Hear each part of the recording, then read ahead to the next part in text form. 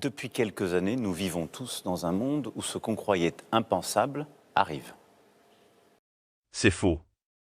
Vous viviez dans votre monde, complètement déconnecté du nôtre. Et ce qui arrive n'est que le fruit du désastre de votre gouvernance. C'est cette fin de l'insouciance que j'évoquais il y a quelques années. On y est. La guerre est sur le sol européen.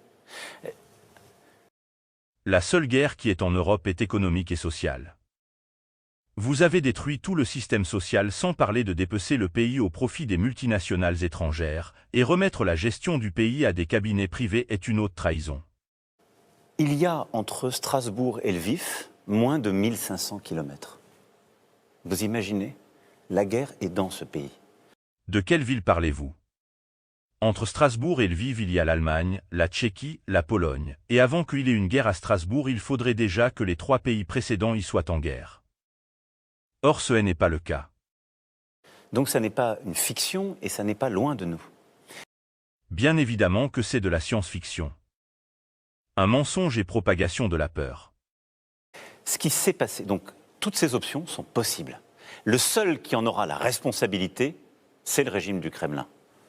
Le seul? Non, les responsables sont plus nombreux que cela, en commençant par Union européenne, Hollande et Merkel, Ursula von der Leyen, Boris Johnson. Tous ces acteurs ont dit non à la paix et ont fait capoter les accords proposés par la Russie. Ce ne sera pas nous. Jamais nous ne mènerons d'offensive. Jamais nous ne prendrons l'initiative. La France est une force de paix. Simplement, aujourd'hui, pour avoir la paix en Ukraine, il ne faut pas être faible. Et donc, il nous faut lucidement regarder la situation et il nous faut, avec détermination, volonté, courage, dire que nous sommes prêts à mettre les moyens pour atteindre notre objectif qui est que la Russie ne gagne pas. Si on est prêt, c'est qu'on se prépare. Ça veut dire qu'en ce moment, depuis le début, on se prépare. Ça veut dire qu'on s'entraîne pour des opérations aériennes ou, mais la France, au sol. La France n'a pas attendu. Vous faites de l'antithèse en affirmant que la France est un pays de paix tout en exposant le principe de préparation à une guerre. Éviter la guerre, tel est donc le devoir de tout homme sage et non d'un psychopathe émancipé par le pouvoir dont il ne voit que son propre intérêt. Février 2022 pour se préparer. Nous avons un modèle d'armée complète, une force de dissuasion et des armées opérationnelles.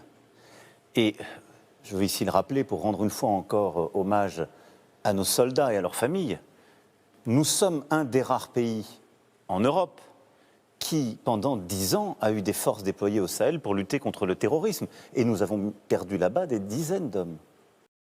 Encore une fois vous mentez, force de paix et ne pas intervenir, pourtant c'est exactement tout le contraire que vous venez d'expliquer aux téléspectateurs. Je n'ai pas le temps ni envie de décrypter un psychopathe notoire qui dit tout et son contraire en espace de 3 phrases. La démocratie a 2 excès à éviter, l'esprit d'égalité extrême, qui l'a conduit au despotisme d'un seul, et le despotisme d'un seul qui finit par la guerre.